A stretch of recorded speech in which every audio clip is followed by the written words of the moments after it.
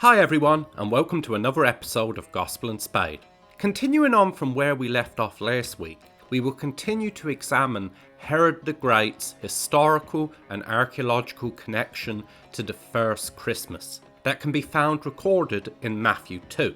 Today we will deal with the subject of Herod's involvement in the deaths of the infant boys of Bethlehem and its basis in history. In Matthew chapter 2 verses 11 to 15, the Bible tells us that after the wise men had visited Jesus at Bethlehem, that they did not report back to King Herod the Great with the whereabouts of Jesus. Herod, upon realizing this, became enraged, and according to Matthew 2 verses 16 to 18, ordered that the young boys of Bethlehem and the surrounding area who were aged 2 and under be killed, in an attempt to remove the young Jesus. This implies that Jesus was most likely near the age of 2 when this event occurred, and not a newborn as is commonly thought. It is unknown how many boys would have actually been killed during this grisly event. Today, many critics of the Bible argue that Matthew's account was not an historical event, as it is only mentioned once in Matthew's Gospel and nowhere else in either the Bible or in secular historical records. It must be remembered though that absence of evidence does not automatically equate to evidence of absence. Therefore, simply because the incident is not mentioned again elsewhere in either the New Testament or in other ancient historical sources, which records are far from complete, does not mean it did not occur. However, indirect support for this terrible event connected to the first Christmas can actually be gleaned from the available ancient historical accounts concerning Herod the Great, which clearly demonstrate his murderous paranoia in his attempts to keep his kingship over Judea at any cost.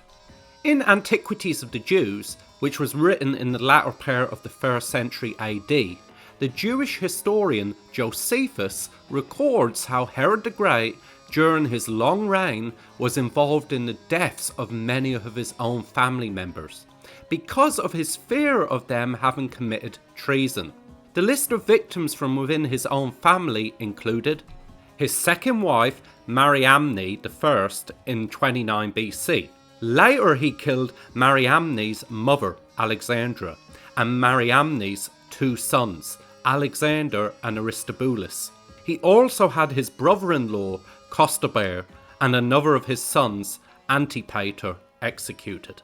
The willingness of Herod to kill his own family members to protect his throne was apparently commented upon by the Roman Emperor Augustus in Macrobius's Saturnalia 2:11, when he commented that it's better to be Herod's pig than his son. Herod was paranoid that his family wished to supplant him and was willing to kill them to secure his throne. Another incident towards the end of Herod's life also clearly demonstrates his willingness to commit mass murder. In Antiquities 17:6, Josephus records that Herod, before his death, ordered that the chief men of the Jews be gathered together at Jericho. There he ordered them to be imprisoned in the hippodrome, and that upon his death they were to be all executed. The reason given by Herod for this order was that when he died, he knew that the Jews, who hated him and who would not mourn his person but would rather rejoice at his death, would then have something to mourn about when Herod was gone. This brutal and cruel order, according to Josephus, was never carried out upon his death, and the men were freed. However, this plan helps to demonstrate Herod's willingness to murder large numbers of innocent people for his own benefit.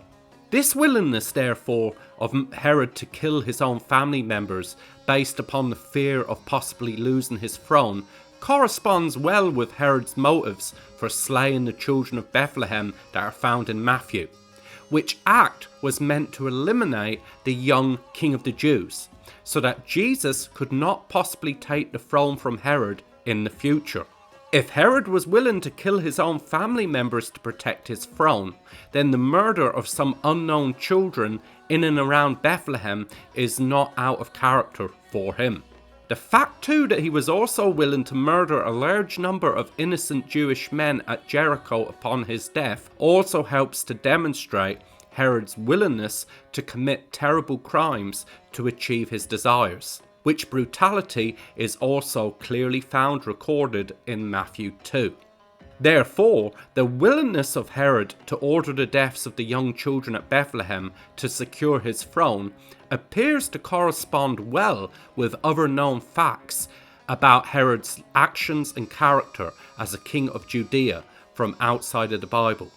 This therefore helps to demonstrate once again the accuracy of Matthew's account of the first Christmas. Thank you for watching. As always, please don't forget to leave a like, comment and subscribe for more new content every Friday.